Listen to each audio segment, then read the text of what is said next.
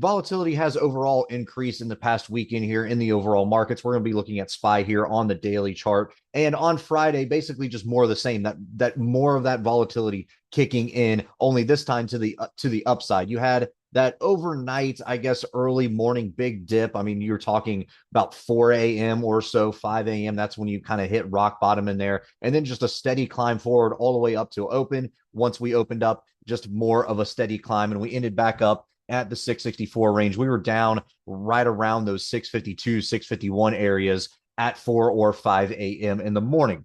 Now, where does that kind of put us here on this daily chart? Well, we're right up against the 664 9-day EMA right here. That is going to be a place for us to hold. If we do end up gapping down on Monday, that's going to be our resistance. But this right here, this 9-day EMA, and then this white line right here, it's 664.89. We're just going to chalk it up to 665. We're going to say that dollar range in there is going to be key for us, because depending on whether we're going to be gapping up or down on Monday, that is going to become our main key area in here of support and resistance. So 664 to 665. If we open up in between there, we're just going to wait for a break of either, and then we're going to play accordingly. But if we can get above that 665 range, then we're looking up here right around that 668. Then obviously we're going to have our eyes focused on the 670s, which is going to be 673 at our all-time highs. On the low end, what are we looking at? Well, really, there's not a whole lot of anything to save us until you get down here right around those 658s, and then we're looking at 652. That's kind of what we're chalking everything up to be here on this daily chart. IB rank in here is sitting at 22, $5 expected move coming in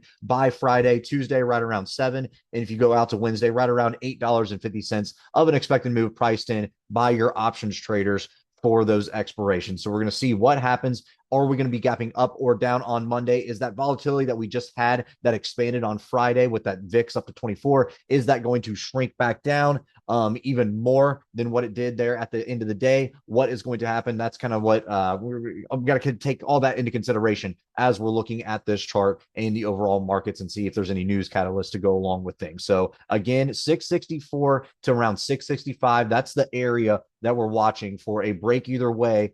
That is going to be our main support or our main resistance in here going forward on Monday. $5 expected move on Monday. So we're going to see what happens as we open up the new week. All right, guys, if you like this video, make sure to check us out on all of our social media. We also have a Discord service if you're interested, and you can find all of our socials in the description below.